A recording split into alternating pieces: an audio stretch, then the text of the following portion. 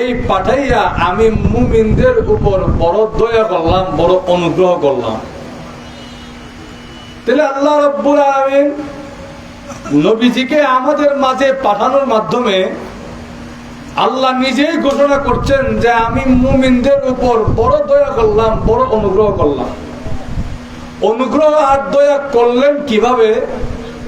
এই প্রশ্নটা মনের মধ্যে জাগে যে নবীজিকে পাঠানোর মাধ্যমে আমাদের উপর অনুগ্রহটা করলেন কিভাবে, অনুগ্রহ আল্লাহ করলেন কিভাবে? এই প্রশ্নের জবাব আল্লাহ আমার তিলাওয়াতকৃত আয়াতে তুলে ধরেছেন। আমার তিলাওয়াতকৃত আয়াতে আল্লাহ বলেন, তোমরা সকলেই যারা ঈমানদার দাবি করো, অনেক ঈমানদার আছে মুখে মুখে ঈমানদার, আসলে কিন্তু ঈমানদার না, এটা বাটপার। যেমন আছে না, মসজিদে যারা নামাজ পড়তে যায়, আপনাদের কি ধারণা সব মুসল্লি যায়? কিছু মুসল্লির বেশ দুইটা জুতা চুলও যায়, জোরে বলেন ঠিক কিনা?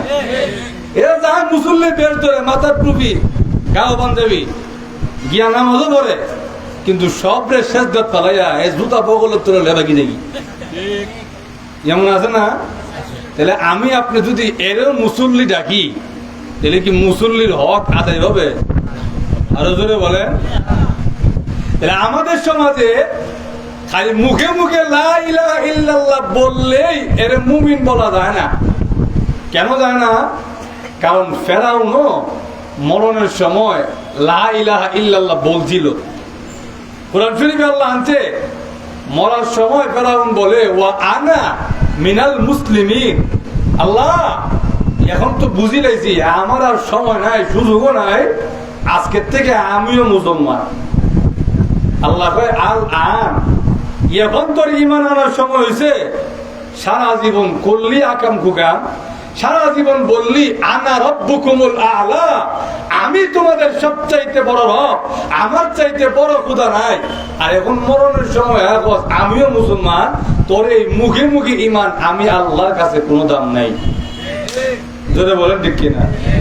আমাদের সমাজে তো এমনও জালিম আছে, দেখবেন বেটা হজ করে আইছে, আবার পরে বুকে থাপা দিয়া গয় হজ করছি ঠিকই, মক্কা মদিনার ইমামের ভিজে এক ওয়াক্ত নামাজও পড়ছি না। যদি জিগায় ভাই কেন নামাজ পড়ছেন না, ওইটা একটাও মিলাদ কিয়াম করে না, এলিয়ে নামাজই পড়ছি না। বলেন তো দেখি, এই জালিমও তো নিজের মুখে মুখে ইমানদার দাবি করে। আল্লাহ ঘুমাই গেছেন নাকি আল্লাহ জানে। আমার মা বুঝতে অসুবিধা হয়। তাহলে সব জালিমই কিন্তু ইমানদার না। অনেক জালিম মুখে মুখে ইমানের কথা বলবে, এটা আসলে ইমানদার না। আল্লাহ বলেন যারা আসলে ইমানদার দাবি করো, তোমরা সকলেই তো আমি আল্লাহকে পাইতে চাও। আল্লাহরে পাইতে চাই না এমন কোন মানুষ মুসলমান দুনিয়াতে আছে তো, যে নিজের মুসলমান দাবি করে আবার এই কথাও বলে যে আমি মুসলমান কিন্তু আল্লাহরে পাইতে চাই না, এমন মুসলমান খুঁজে পাওয়া যাবে? আরো জোরে বলে। তাহলে আল্লাহ বলেন যে মুসলমান আমি আল্লাহকে পেতে চাও, আমি আল্লাহর সোহবত সান্নিধ্য পেতে চাও, আমি আল্লাহর রহমত পেতে চাও, আমি আল্লাহর বরকত পেতে চাও, ডাইরেক্ট তো আমি আল্লাহরে পাইতে পারবো না। তোমাদেরকে উসিলা দিয়া দিলাম, বিশ্ব নবীকে পাঠাইয়া দিলাম, তোমাদের মাঝে রাহমাতুল লিল আলামিনকে পাঠাইয়া দিলাম। মাইয়ুতির রাসূল, এই রাসূলকে যে অনুসরণ করবে ফাকাত আতা আল্লাহ, সে সরাসরি আমি আল্লাহর আনুগত্য করব। এবার বলেন তো দেখি, এই সুসংবাদ মুসা নবীর ব্যাপারে দিছিল তো? আর দুজনে বলে আল্লাহ এই সুসংবাদ আদম আলাইহিস সালাম থেকে নিয়ে ঈসা রূহুল্লাহ পর্যন্ত কারো ব্যাপারে এই সুসংবাদ দেন নাই যে রাসূলকে অনুসরণ করলে সরাসরি আল্লাহকে অনুসরণ করা হবে। এই সুসংবাদ একমাত্র আখিরি নবীর, আখিরি উম্মতের ব্যাপারে। ও উম্মত, তোমাদের জন্য এমন একজন রাসূলকে পাঠাইলাম, এমন একজন রোল মডেলকে পাঠাইলাম, ওই রোল মডেলকে পাঠাইয়া তোমাদের উপরে অনুগ্রহ করলাম। যদি রাসূলকে অনুসরণ করতে পারো, সরাসরি আমি আল্লাহর অনুসরণ হয়ে যাবে। তাহলে আবার বলেন তো দেখি, নবীজিরে পাইয়া, নবীজিকে আমাদের মাঝে পাঠাইয়া আল্লাহ আমাদের উপর দয়া করছেন না করছেন না? আরো জোরে। সাহাবায়ে কেরাম এই জিনিসটা উপলব্ধি করতে পারছেন। এজন্য কিতাবের মধ্যে পাওয়া যায় সাহাবায়ে কেরাম যদি একটা সুন্নত দেখতেন, একটা কাজ যদি দেখতেন নবীজি করছে, জীবন চলে গেলেও এই কাজটা ছাড়তেন না। দুই একটা উদাহরণ সময় নয়, এরপর দুই একটা উদাহরণ না দিলে আমাদের বুঝতে অসুবিধা হয়ে যাবে। একটা উদাহরণ আপনাদেরকে বলি। আম্মাজান উম্মে হাবিবা রাদিয়াল্লাহু তাআলা আনহা, উনি বলেন আমি একদিন নবীজির কাছে শুনলাম আল্লাহর নবী বলেন, কেউ যদি দৈনিক 12 রাকাত নামাজ এক্সট্রা পড়ে, আমরা ফরজ নামাজ পড়ি আগে পরে, সুন্নত নামাজ আছে না নাই?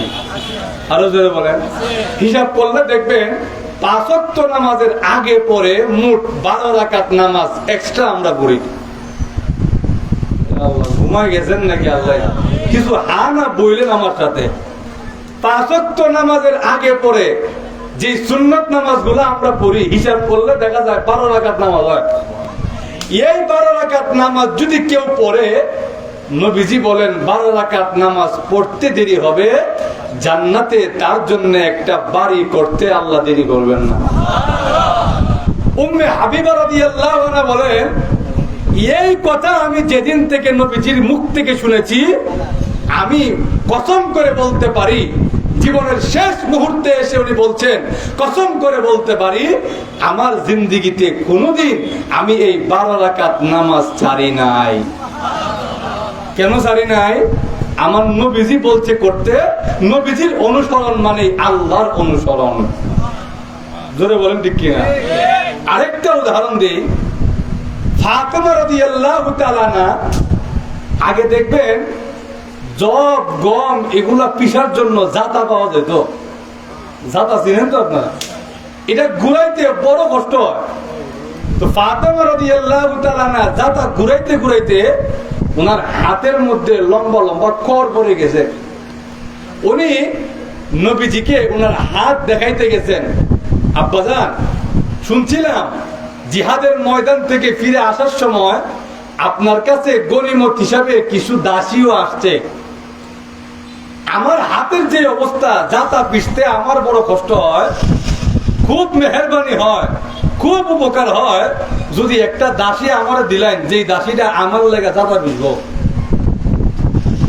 মেয়ে তো বাপের কাছে চাইতেই পারে, যদি বলেন ঠিক কিনা।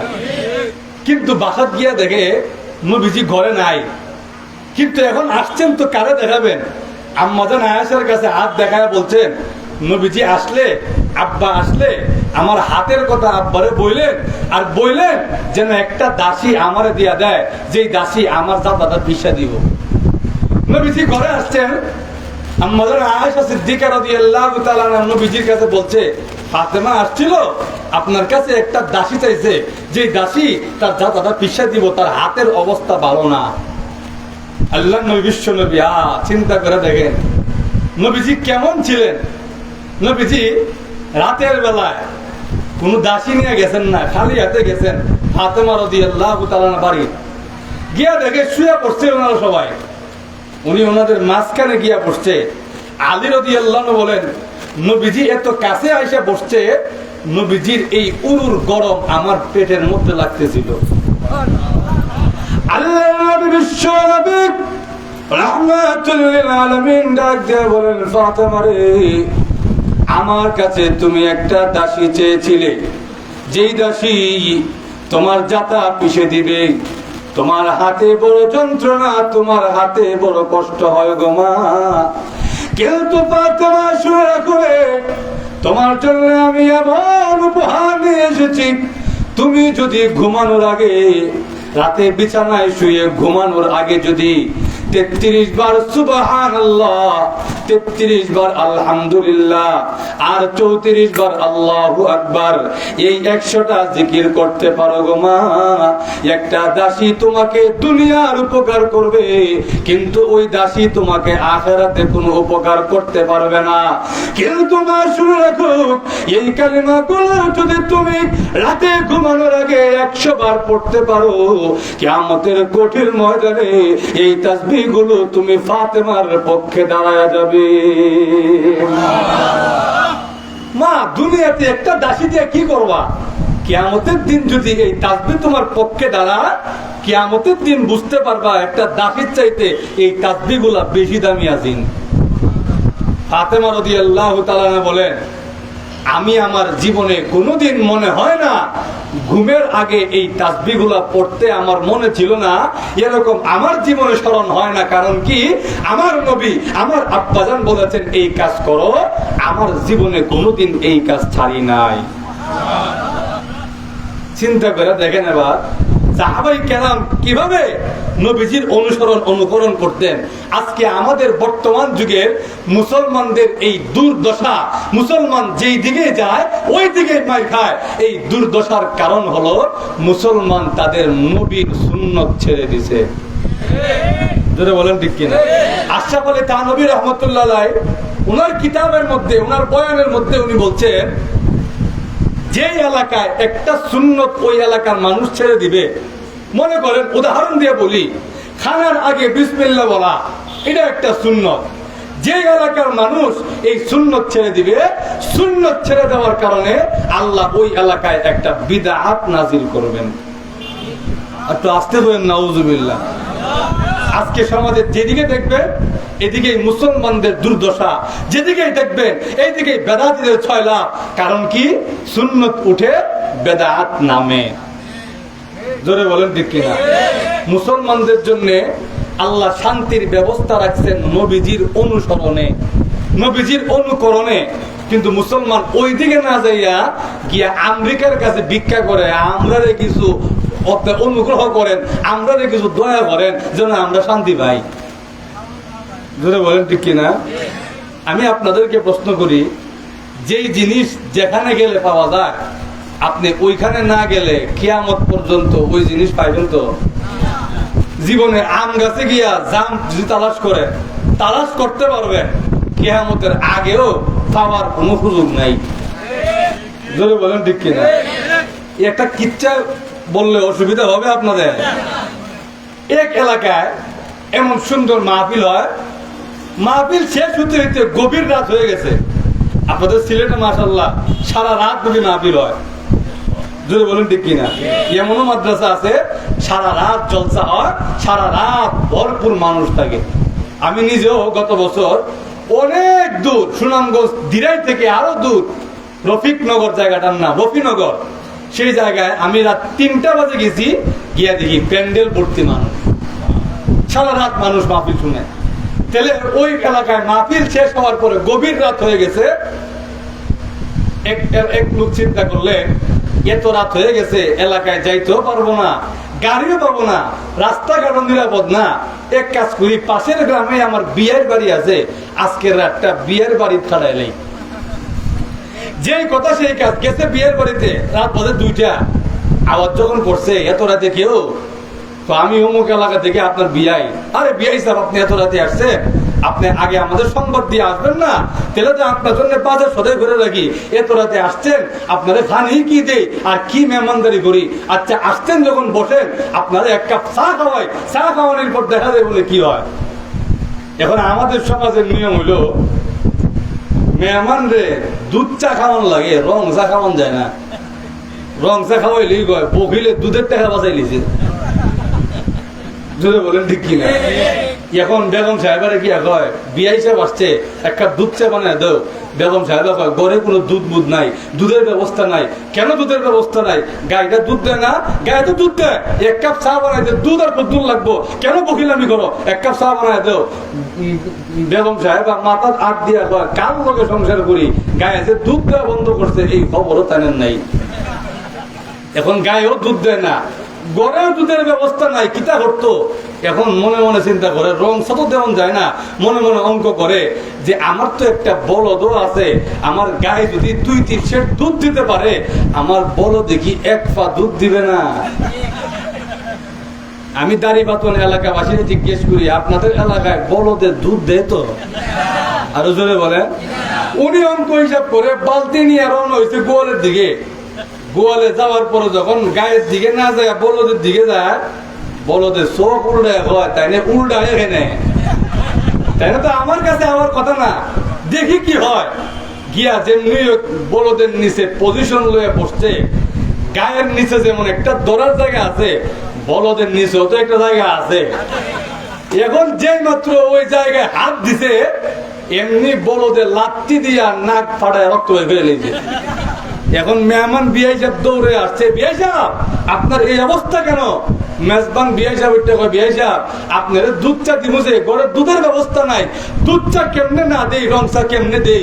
এই কারণে আমি মনে মনে হিসাব করলাম, আমার গায়ে যদি 2-3 সের দুধ দিতে পারে, আমার বড় দেখি এক পাও দুধ দিবে না। এই হিসাব করে বড়দের নিচে আসছিলাম, এখন আমার এই অবস্থা। তখন মেহমান বিআই সাহেব বিআই সাহেব আপনি কি জানেন না, গায়ের নিচে গেলে দুধ পাওয়া যায়, বলদের নিচে গেলে উষ্টা আর লাত্তি পাওয়া যায়।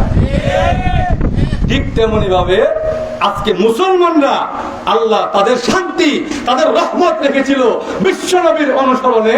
মুসলমানরা নবীজির অনুসরণ ছাড়ার কারণে মানুষের দ্বারে দ্বারে ঘুরতে পারে, পশ্চিমাদের দুয়ারে দুয়ারে ঘুরতে পারে, লাঠি আর উষ্টা ছাড়া কিচ্ছু পাবে না। এই জন্য বলেন তো দেখি যুবক ভাই যারা আছেন, বলেন তো দেখি আমাদের শান্তি কোন পথে? বিশ্ব নবীর অনুসরণে। আমাদের শান্তি কোন পথে? আরো জোরে বলেন। এবার আসেন, সময় অতি সংক্ষিপ্ত। বিশ্ব নবীর অনুসরণ করলে আমি পাবো কি? এর 4টা উত্তর আনছেন মুফাসসিরিনে কেরাম। কেউ যদি নবীজির অনুকরণ করে, তাহলে তাকে 4টা পুরস্কার দেওয়া হবে। জোরে বলেন কয়টা? আরো জোরে। 1 নাম্বার, যে ব্যক্তি বিশ্ব নবীর অনুসরণ করবে, মহান আল্লাহ তাকে ভালোবাসবে। আল্লাহ নিজেই কোরআনে বলেন, কুল ইন কুনতুম তুহিব্বুনাল্লাহ ফাত্তাবিউনি ইউহিব্বুকুমুল্লাহ। আল্লাহ বলেন, ও নবী আপনি আপনার উম্মতকে জানায়া দেন, তারা যদি আমি আল্লাহকে ভালোবাসতে চায়, তাহলে শর্ত একটাই, আর কোনো শর্ত নাই, একটাই শর্ত, ফাত্তাবিউনি। আপনি বলে দেন তারা যেন আপনি বিশ্ব নবীকে অনুসরণ করে। অনুসরণ করলে কি দিবে? ওলামায়ে কেরাম আছেন, ফাত্তাবিউনি আমর, ইউহিব্বুকুমুল্লাহ জবাবে আমর। তুমি এই কাজটা করো, করলে কি বাবা? আল্লাহ বলেন, যেই ব্যক্তি বিশ্ব নবীর অনুসরণ করবে, ইউহিব্বুকুমুল্লাহ, অনুকরণ করতে দেরি হবে, আমি আল্লাহ তাকে ভালোবাসতে দেরি করব না। আল্লাহ রাব্বুল আলামিন তার ভালোবাসা আমরা সকলেই চাই কি চাই না? আরো জোরে বলেন। আল্লাহ যদি আমাদেরকে ভালোবাসেন, দুনিয়াতেও কোনো চিন্তা নাই, আখিরাতেও কোনো ভয় নাই। জোরে বলেন ঠিক কিনা?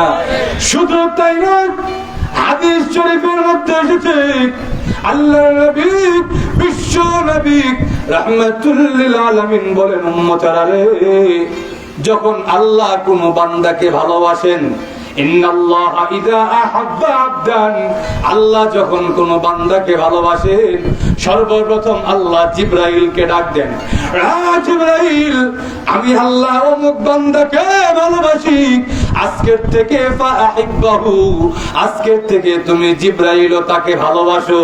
জিবরাইল ওই বান্দাকে ভালোবাসে। শুধু জিবরাইল না, জিবরাইল প্রথম আসমানে গিয়া সামাম আসমানের ফেরেশতাদেরকে ডাক দিয়া বলেন, ফেরেশতারা রে, অমুক এলাকার অমুক বান্দাকে মহান আল্লাহ ভালোবাসেন, আমি জিবরাইল ভালোবাসি, আজকের থেকে তোমরা তামাম ফেরেশতারা ওই বান্দাকে ভালোবাসতে শুরু করো। যেই মাত্র জিবরাইল ঘোষণা দেন, তামাম ফেরেশতারা, তামাম আসমানের ফেরেশতারা ঘোষণা দিয়ে দেয়, হে জিবরাইল, আজকের থেকে আমরাও ঘোষণা দিলাম, মহান আল্লাহর ওই বান্দাকে আমরা তামাম আসমানের ফেরেশতারাও সকলে ভালোবাসি। শুধু তাই না, শুধু আসমানে নয়, আল্লাহ নবী বিশ্ব নবী রাহমাতুল লিল আলামিন বলেন শুধু আসমানে নয়, জমিনে যারা আছে, সুম্মা ইউদাউ লাহুল কবুলু ফি আহলিল আরদ, জমিনে যারা আছে ওই বান্দার ভালোবাসা জমিনের মানুষের অন্তরেও ঢুকাইয়া দেওয়া হয়। এমনি তাকায়া দেখা যায় ওই বান্দা যেই দিকে যায় তামাম পৃথিবীর মানুষ ওই দিকে ছুটে। জোরে বলেন ঠিক কিনা? এই জন্য দেখবেন আমাদের শায়েখে গহরপুরি রহমতুল্লাহ আলাইহি, ওনার নাম যেই দিকে মানুষও ছুটে ওই দিকে। জোরে বলেন ঠিক কিনা? আমাদের কাতিয়া সাহেব, আমাদের শায়েখে বাবা, শায়েখে কৌরিয়া, আমাদের গহরপুরি, আমাদের আল্লামা জুবায়ের আহমদ আনসারী রাহিমাহুমুল্লাহ তাআলা, ওনাদের কথা মানুষ যেখানে শুনেছে মানুষ সেই দিকে দৌড়াইছে। কেন? কারণ এমনি এমনি না, ওনাদেরকে আসমানের ফেরেশতা ভালোবাসছে, আসমানের ফেরেশতা না জিবরাইল ভালোবাসছে, জিবরাইল না সরাসরি আল্লাহ ভালোবাসছে। সুবহানাল্লাহ। তাহলে আল্লাহর ভালোবাসা আমরা সকলে চাই কি চাই না? আরো জোরে বলেন, কে কে চাই একটু হাত তুলে দেখায়। আল্লাহ সবাইকে কবুল আর মঞ্জুর করুক, সকলে বলেন আমিন। আল্লাহর ভালোবাসা না পাইলে দুনিয়াতেও শান্তি নাই, আখিরাতেও মুক্তি নাই। জোরে বলেন ঠিক কিনা? দুনিয়াতে আমরা অনেক ভালোবাসা দেখি না? দুনিয়াতে আমার বউ আমাকে ভালোবাসে, আমার মা আমাকে ভালোবাসে, আপনি আপনার স্ত্রীকে ভালোবাসে, আপনার স্ত্রী আপনাকে ভালোবাসে, আপনার সন্তান আপনাকে ভালোবাসে, আমি আমার সন্তানকে ভালোবাসি। এই যত ভালোবাসা দেখা যায় এগুলা দিছে আল্লাহ দুনিয়াতে চলার জন্য, দুনিয়া থেকে বিদায় হইবে এই ভালোবাসার কোনো দাম নাই। বলেন ঠিক কিনা? কিয়ামতের দিন গিয়া দেখবে যারা আপনি না থাকলে মরে যাবে কি চিল্লি মারছে, কিয়ামতের দিন গিয়া দেখবেন এরা আপনার পরিচয়ও দিবে না। জোরে বলেন ঠিক কিনা? আমার কথা না, আল্লাহ নিজে কোরআনে বলছেন ওই দিন গিয়া যদি বলেন কিও আমি না চৌধুরী বংশে, তুমিও তো চৌধুরী বংশের পোয়া, আমার ছিল না, চৌধুরী মধ্যে এখন করো না, এটা আমি চৌধুরী না, আমি শুনছি না। আল্লাহ নিজে কোরআনে বলছেন ফালা আনসাবা বাইনাহুম ইয়াওমাইযিন, ওই দিন কোনো বংশ পরিচয় থাকবে না। ওয়ালা ইয়াতাসাআলুন, দুনিয়ার জীবনে দেখা যায় প্রতিদিন দেখা হয়, এরপরও বিকালবেলা দেখা হইলে দোস্ত তোর শরীরটা কেমন রে, এক ভাইয়ের লোক আরেকবার দেখা হইলে প্রতিদিন এমনও দেখা হয়, এরপরও বাজারের মোড়ে দেখা হইলে বা পয়সা শরীরটা কেমন, আল্লাহ ঘুমাই গেছে। এমন সমাজে বাস্তবতা নাই। কিন্তু কিয়ামতের দিন কত হাজার হাজার কোটি কোটি বছর পরে দেখা হবে, কিন্তু একজন আরেকজনের বাইসাব কইয়া ডাক দিবে না, কেমন আছেন এটাও জিজ্ঞেস করবে না। কেন? ভয় লাগে বাইসাব যদি পরিচয় দিই না জানি আমার কাছে নেকি চাইয়া বসে। জোরে বলেন ঠিক কিনা? হাদিসের মধ্যে আসছে নবীজি সাহাবীদেরকে ঘটনা শোনায়, ও সাহাবীরা, এক লোক কিয়ামতের দিন একটা নেকি, কয়টা? একটা নেকির জন্য তার বউর কাছে যাবে, গিয়া বলবে বউ দুনিয়ার জীবনে আমি কেমন স্বামী ছিলাম, ডাইরেক্ট জিগায় না, ঘুরায় বেজায় জিগায়, আমি দুনিয়ার জীবনে কেমন স্বামী ছিলাম। স্ত্রী ডাক দিয়া বলে নিয়ামাল বালু কুমতা, দুনিয়ার জীবনে আপনার মতন ভালো স্বামী আমি জিন্দিগি তো দেখি নাই। এই জায়গাতে যে তো এত ভালো স্বামী যখন দেখছো, আমি একটা নেকির কারণে আজকে আটকায় গেছি, তোমার আমলনামা থেকে যদি একটা নেকি আমারে দিয়ে দাও তাহলে আজকে জাহান্নাম থেকে আমি মুক্তি পাওয়া যাই।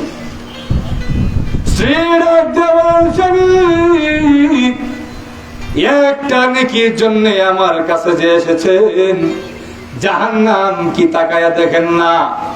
জাহান্নাম যে তর্জন গর্জন শুরু করে দিয়েছে, যে জাহান্নামের ভয় আপনি আমার কাছে এসেছেন, ওই জাহান্নামের ভয় তো আমারও আছে গো স্বামী।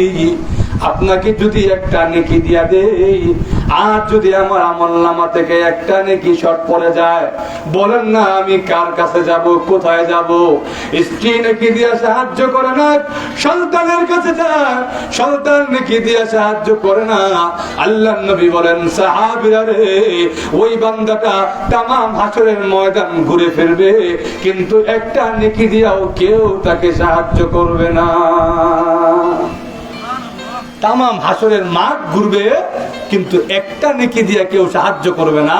এই জন্য দুনিয়াবি যে ভালোবাসা, এগুলো আল্লাহ দিচ্ছেন যেন দুনিয়ায় আমরা চলতে পারি। দুনিয়া থেকে আমাদের বিদায় হবে, এই ভালোবাসার আর কোনো ভ্যালু থাকবে না। জোরে বলেন ঠিক কিনা? এই জন্য আসল ভালোবাসা হলো আল্লাহর ভালোবাসা। ভালোবাসা অর্জন করতে হবে কার? আরো জোরে বলেন। এবার আপনাদেরকে টেস্ট করে দেখি, পরীক্ষা করে দেখি, আপনারা ওয়াজ মনে আসেনি না এমনি শুনতে পড়ছেন? বলেন তো দেখি, তাহলে আল্লাহর ভালোবাসা অর্জন করার রাস্তা কি? হ্যাঁ হ্যাঁ, মাশাআল্লাহ।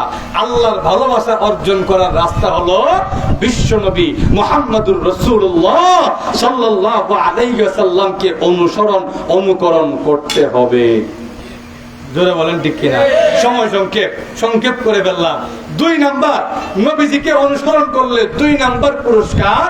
2 নাম্বার পুরস্কার হলো, নবীজি বলেন যারা আমাকে অনুসরণ করবে তারা জান্নাতি হবে, কোনো সন্দেহ নাই। জান্নাতে যাইতে মন চায় না আপনাদের? ইয়াল্লাহ, আওয়াজ শুনলে মনে হয় জান্নাতি দেখি আমরা বাড়ি খাচ্ছি। জান্নাতে যেতে মন চায় তো আপনাদের? আপনাদের আওয়াজ শুনে মনে হইলো জান্নাতে যেতে তো মন চায় না। বিশ্বনবী সাল্লাল্লাহু আলাইহি ওয়াসাল্লামকে অনুকরণ করলে তার 2 নাম্বার পুরস্কার হলো সে জান্নাতি হবে। সুবহানাল্লাহ। আল্লাহর নবী, বিশ্ব নবী রাহমাতুল লিল আলামিন ডাক দেয়া বলেন, উম্মতরা রে, কুল্লু উম্মতি ইয়াদখুলুনাল জান্নাতা ইল্লা মান আবা। আল্লাহর নবী বলেন আমার প্রত্যেকটা উম্মত জান্নাতে যাবে, কোনো সন্দেহ নাই। তবে যেই লোকগুলো অস্বীকার করবে ওই লোকগুলো জান্নাতে যাবে না। সাহাবায়ে কেরাম ডাক দিয়ে বলেন, ইয়া রাসূলুল্লাহ, ইয়া হাবিবাল্লাহ, ও নবীজি, ওয়া মান ইয়াবা ইয়া রাসূলুল্লাহ, কে অস্বীকার করবে? অস্বীকারী ব্যক্তিটা কে হবে? একটু বুঝায় বলেন না, আমরা তো বুঝতে পারি নাই। আল্লাহর নবী ডাক দিয়ে বলেন, মান আতাআনি দাখালাল জান্নাহ, যেই ব্যক্তি আমাকে দুনিয়াতে অনুসরণ করেছে, আমার অনুসরণ করতে গিয়ে দাড়ি রেখেছে, আমার অনুসরণ করতে গিয়া 5 ওয়াক্ত নামাজ পড়েছে, আমার অনুসরণ করতে গিয়া নামাজের আগে পরে 12 রাকাত সুন্নাত পড়েছে, আমার অনুকরণ করতে গিয়ে মিসওয়াক করেছে, আমার অনুসরণ করতে গিয়ে দস্তরখান বিছায়া খাবার খেয়েছে, আমার অনুসরণ করতে গিয়ে ঢিলা ঢালা পোশাক পরেছে, আমার অনুসরণ করতে গিয়ে মাথায় টুপি দিয়েছে, ওই লোকগুলো মরতে দেরি হবে। কিয়ামতের কঠিন ময়দানে মহান আল্লাহ জান্নাতে দিতে দেরি করবেন না। আর অস্বীকার করেছে কোন ব্যক্তি? ওয়ামান ইয়াবা ইয়া রাসূলুল্লাহ, অস্বীকারী ব্যক্তিটাকে, যেই ব্যক্তিটার ক্ষেত্রে আপনি বলেছেন জাহান্নামে যাবে, ওই ব্যক্তিটা কে হইতে পারে? আল্লাহর নবী ডাক দিয়ে বলেন, সাহাবীরা রে, ওই ব্যক্তিটা হলো মান আসানি, যেই ব্যক্তি আমাকে অনুকরণ করলো না, আমি যা বলেছি তা করলো না। আমি বলেছি দাড়ি রাখতে, দাড়ি রাখে নাই। আমি বলেছি ঢিলা ঢালা পোশাক পরতে, ঢিলা ঢালা পোশাক পরে নাই। আমি বলেছি মিসওয়াক করতে, মিসওয়াক করে নাই। আমি বলেছি নজরের হেফাজত করতে, নজরের হেফাজত করে নাই। যেই ব্যক্তি আমার কথা মানে নাই, ওই ব্যক্তি হলো অস্বীকারী ব্যক্তি। কিয়ামতের কঠিন ময়দানে আমি বিশ্ব নবীকে অনুসরণ করার না কারণে কিয়ামতের কঠিন ময়দানে জান্নাত থেকে মহান আল্লাহ তাকে বাধা দিয়া দিবেন। নাউযুবিল্লাহ। এখন আপনাদের কাছে আমি প্রশ্ন করি, আপনারা কোন দলে থাকতে চান? জান্নাতি হইতে চান নাকি অস্বীকারী ব্যক্তি হইতে চান? আরো জোরে বলে। জান্নাতি হইতে গেলে রাস্তা কয়টা? 2টা বলে। 2টা যেখানে আছে এখানেই বেজাল, 2 যেখানে আছে এখানেই কি আল্লাহ ঘুমাই গেছে। 2 যেখানে আছে, এই জন্য আল্লাহ ওনার নিজের পরিচয় দিতে গিয়া বলছে, কুল হুয়াল্লাহু আহাদ, আল্লাহ একক। আল্লাহ এক বলেন নাই, কারণ এক বললেই 2 আছে বোঝা যায়। আমার মা বুঝেন কিনা আল্লাহই জানে। আমি যদি বলি এক, তাহলে বোঝা যায় অবশ্যই এরপরে 2 আছে। আমরা পুরস্কার ঘোষণা করি না যে আজকের প্রতিযোগিতা অনুষ্ঠানে প্রথম স্থান অধিকার করেছেন অমুক, এতে বোঝা যায়, তারা বুঝে প্রথম যখন হয়েছে দ্বিতীয় একজন হয়েছে। জোরে বলেন ঠিক কিনা? এই জন্য আল্লাহ ওনার পরিচয় দিতে গিয়া এক বলেন নাই, প্রথম বলেন নাই, আল্লাহ বলছেন একক, যার কোনো দ্বিতীয় নাই। জোরে বলেন ঠিক কিনা? এই জন্য সিরাতে মুস্তাকিমও একটা, জান্নাতে যাওয়ার রাস্তাও একটা, আল্লাহর ভালোবাসা পাওয়ার রাস্তাও একটা, সেই রাস্তা হলো বিশ্ব নবীর অনুসরণ। জোরে বলেন ঠিক কিনা? বিশ্ব নবীর অনুসরণ আমরা করি তো? আপনাদের কি মনে হয়? আমি নিজের কথা বলি, আমি নিজেই করি না, আপনাদের কথা পরে বললাম। আমি নিজে আমার নিজের কোনো আমল নাই, কোনো যোগ্যতা নাই, আমি নিজেই আমল করি না। নিজের জন্য আগে বলতেছি, সাথে আপনাদের সাথে একটু মুজাকারা করতেছি, যেন আপনাদেরও স্মরণ থাকে, আমারও স্মরণ থাকে। যদি বলেন ঠিক কিনা? আজকের থেকে এখান থেকে ওয়াদা করে যান যে আমার জীবন গেলে যাবে, কিন্তু আমি নবীজির অনুসরণ ছাড়বো না। ইনশাআল্লাহ। আজান দিয়ে দিছে, সকলে আজানের জবাব দিই। আল্লাহু আকবার, আল্লাহু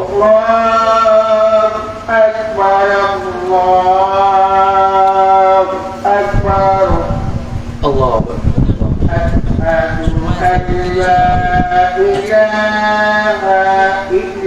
কে উঠবেন না? আজানের পরে কিছু আলোচনা হবে, এরপর জামাত এখানে হবে ইনশাআল্লাহ।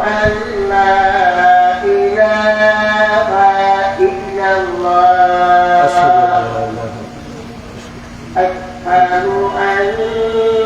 محمدا رسول الله. أشهد أن محمدا رسول الله. أشهد حي على الصلاة، حي على الصلاة، لا حول، حي على الفلاح، لا حول، حي على الفلاح، لا حول. الله أكبر، الله أكبر، الله لا إله إلا الله. যেই কথাটা বলতেছিলাম, আজান হয়ে গেছে, জামাতের সময়ও কম, সংক্ষেপ করে ফেলি। যেই কথাটা বুঝাইতে চাচ্ছিলাম যে আজকে আমাদের মাঝে বিশ্ব নবীর অনুসরণ নাই, অথচ আমরা জান্নাতে যাওয়ার আশা কেমনে করব? সাহাবায়ে কেরাম রাদিয়াল্লাহু তাআলা আনহুম আজমাইন দুনিয়ায় থাকতেই জান্নাতের টিকিট পাইছেন কেমনে? নবীজিরে ছাড়েন নাই। ধরে বলেন ঠিক কিনা? সব ছেড়ে দিয়েছেন। সাআদ ইবনে আবি ওয়াক্কাস রাদিয়াল্লাহু তাআলা আনহু, ওনার ঘটনা পাওয়া যায় হাদিস শরীফের মধ্যে। ওনার আম্মা ওনারে কয়, সাআদ রে, তুই কার দরবারে যাস? তোর নবীর নাম শুনলেই আমার ঘুষা উড়ে। নাউযুবিল্লাহ।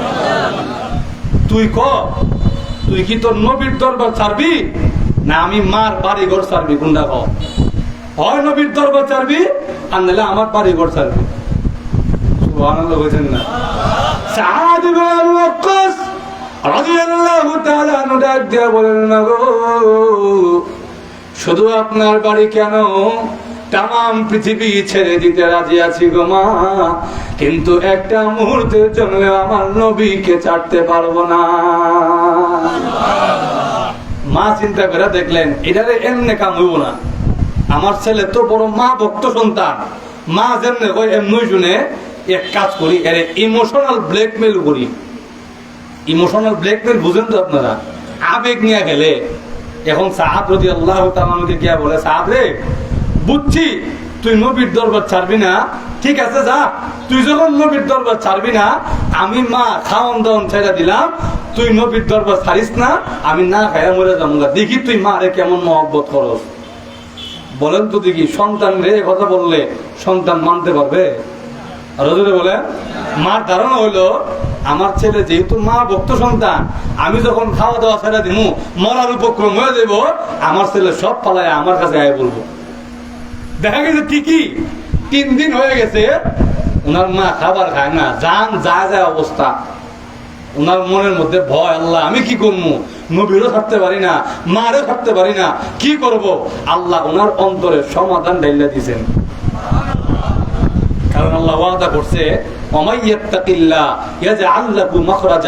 যে আল্লাহরে ভয় করবে, যে খাঁটি মুত্তাকি হবে, আল্লাহ তারে বিপদ থেকে উদ্ধারের রাস্তা দেখায় দিবেন। সাদ রাদিয়াল্লাহু তাআলা আনহু গেছেন ওনার মার কাছে, গিয়া মা কয় আমার কাছে কেন আইছো? আপনার লোকে একটু কথা আছে। মা চিন্তা করছে, হ্যাঁ আমার ছেলের মন নরম হয়ে গেছি, আমার কাছে আইসে এখন বলবে মা আমি নবীর দরবার ছেড়ে দিছি, আপনি খায় আলাইন।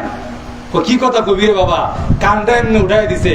সাদ রাদিয়াল্লাহু তাআলা ওনার মার কানের কাছে মুখ নিয়ে বলেন, মা আল্লাহ তো আপনাকে মাত্র একটা জীবন দিয়েছেন গো মা, আল্লাহ যদি আপনাকে 100টা জীবন দান করতেন, ওই 100টা জীবনও যদি আপনি না খেয়ে নষ্ট করতেন গো মা, আপনি জীবন নষ্ট করতে পারতেন, আমি একটা মুহূর্তের জন্য নবীজির দরবার ছাড়তে পারতাম না। মা কয় আমি ভাবছি গিয়ে কইল কি না বুঝছি, আমি মরে গেল আমার ছেলে সাদ নবীর দরবার ছাড়বে না, কে কই আসো গো আমারে খাওন দিলাও। এখন বলেন তো দেখি, মার জীবনও বাঁচছে, নবীর দরবারও বাঁচছে। বলেন ঠিক কিনা? উনি গেছেন নবীজির দরবারে, নবী কই সাদ বাড়ি কি কাম করে আইছো? তোমার নামে আল্লাহ কোরআনের আয়াত নাজিল করে দিয়েছেন। তাহলে আবার চিন্তা করে দেখেন, নবীজির অনুসরণ অনুকরণ করলে আল্লাহর কাছে ইজ্জত বাড়ে, কমে না। যদি বলেন ঠিক কিনা? আমাদের ইজ্জত নাই কেন?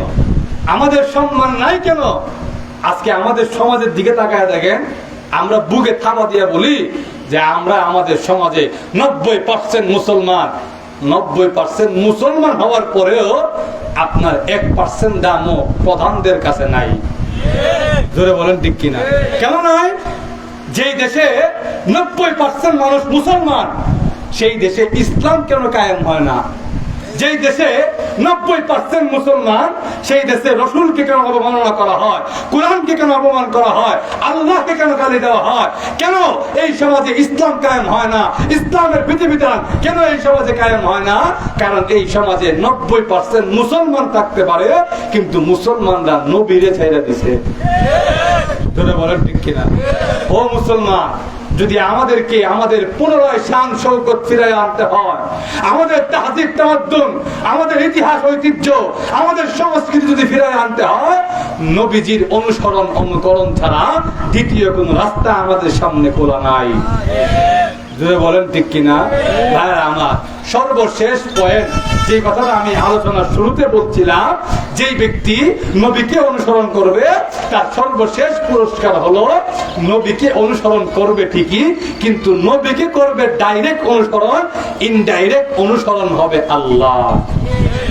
যদি বলেন ঠিক কিনা? কেন? কারণ আল্লাহ কোরআনে বলছে, ওয়ামা ইয়ানতিকু আনিল হাওয়া, মুহাম্মদ সাল্লাল্লাহু আলাইহি ওয়াসাল্লাম যা বলে একটাও নিজে বানায়া বলে না, আল্লাহ যা বলতে বলে উনি তাই বলে। এখন বলেন তো দেখি, নবীজি যদি আল্লাহ যা বলতে বলে তাই বলে, তাহলে নবীজির কথা মানলে কথা মানা হইল কার? আরো জোরে। এই জন্য ভাইরা আমার, আপনাদের কাছে আমার আকুল আবেদন, সর্বপ্রথম আমি নিজেকে বলি, এরপর আপনাদের কাছে পায়ে হাত ধরে বলি যে ভাইরা আমার, আসেন আমরা আমাদের নবীজিকে চিনি, নবীজির সিরাত পাঠ করি, নবীজির জীবনে অধ্যয়ন করি, নবীজির সুন্নাত গুলো আমাদের দৈনন্দিন জীবনে ফিট করি। আমাদের ইজ্জত সম্মান বাড়ায়া দিবেন কে? আর আওয়াজ দিয়ে বলেন। আল্লাহ আমাদেরকে নবীজির সিরাতে, নবীজির সুরতে আমাদেরকে জীবন সাজানোর তৌফিক দান করুন। সকলেই বলেন আমিন। ওয়া আখিরু দাওয়ানা আনিল হামদুলিল্লাহি রাব্বিল আলামিন। আমাকে বলা হয়েছে সংক্ষিপ্ত মুনাজাত করার জন্য, অতি সংক্ষিপ্ত মুনাজাত করার পরে শেষ হয়ে যাবে ইনশাআল্লাহ। আলহামদুলিল্লাহি রাব্বিল আলামিন, ওয়াস সালাতু ওয়াস সালামু আলা সাইয়্যিদিল আমবিয়া ওয়াল মুরসালিন। ربنا ظلمنا أنفسنا وإن لم تغفر لنا وترحمنا لنكونن من الخاسرين اللهم اغفر لنا ولوالدينا رب ارحمهما كما ربياني صغيرا رب العالمين সারা জীবনের গুনাহের বোঝা মাথায় লইয়া ভিক্ষুকের কাঙ্গালের বেশে সাজাদারিওয়ালা মুরব্বিদেরকে নিয়ে আমি মুসাফির অবস্থায় তোমার শাহী দরবারে হাত বাড়াইলাম। আল্লাহ মেহেরবানি করে গো আমাদের জিন্দেগির গুনাহ খাতা মাফ করে দাও। আল্লাহ আমরা যারা হাত বাড়াইছি আল্লাহ জানি না কার মা নাই কার বাবা নাই। আল্লাহ মা বাবার কবরে আযাব দিও না, মা বাবার কবরকে জান্নাতের বাগান বানায়া দাও। আল্লাহ আব্বা আম্মা যাদের জিন্দা আছেন হায়াত দান করো, বেশি বেশি মা বাবার খেদমত করার তৌফিক দান করো। আল্লাহ আজকের মাহফিলকে কবুল আর মঞ্জুর করে নাও। আল্লাহ এই জামিয়াকে কবুল আর মঞ্জুর করে নাও। আল্লাহ মাহফিল বাস্তবায়ন করতে যারা যেভাবে সহযোগিতা করেছে আল্লাহ প্রত্যেকের দান সদকা মেধা পরিশ্রমকে আপনি কবুল আর মঞ্জুর করে নেন। কিয়ামতের দিন নাজাতের উসিলা বানায়া দেন। আল্লাহ এলাকার মাটির নিচে যত মুমিন মুমিনাত কবরের বাসিন্দা হয়ে গেছে আল্লাহ প্রত্যেকের কবরের আযাব মাফ করে দেন। আল্লাহ আমাদেরকে মক্কা মদিনা জিয়ারত করার তৌফিক দান করেন। আল্লাহ মক্কা মদিনা জিয়ারত করার তৌফিক দান করেন। আমাদের পক্ষ থেকে লাখো কোটি দুরূদ আর সালাম সোনার মদিনায় নবীজির রওজায় আতহারে পৌঁছায়া দেন। ওয়া সাল্লাল্লাহু তাআলা আলা খায়রি খালকিহি মুহাম্মদ ওয়া আলা আলিহি ওয়া সাহবিহি আজমাইন। আমিন আমিন বিরহমাতিকা ইয়া আরহামার রাহিমিন।